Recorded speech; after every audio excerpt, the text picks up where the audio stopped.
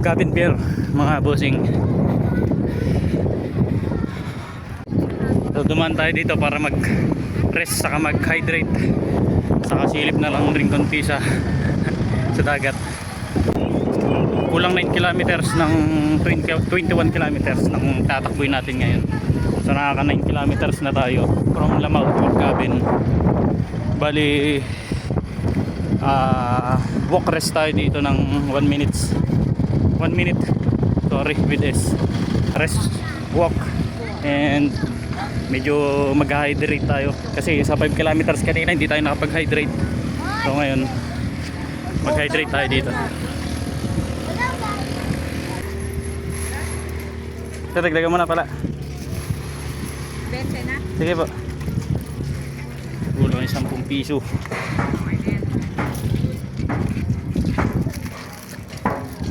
So ito mga bossing, hydrate tayo, then run ulit tayo ng mga 11 kilometers pa.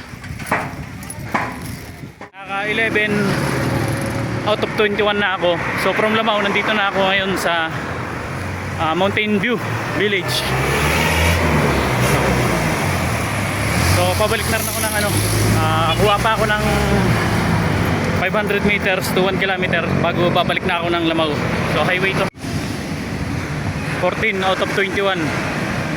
So from Lamao to Cabin to Mountain View, ngayon pabalik na ako, nandito na ako sa highway 54. So nakaka 14 kilometers tayo mga boss.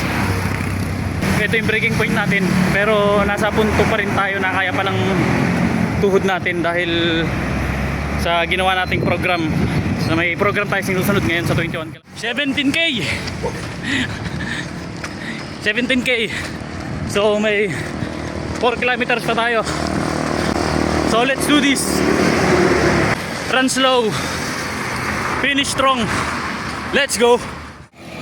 So 21 kilometers done. Kaya naman. Pero yung natin, mga legs natin sa kahita nagka-cramps na. So kinuha natin siya ng 2 hours and 35 minutes. So hindi tayo nakakuha ng 2:30. Pero ayos pa din. At least natapos natin yung 21.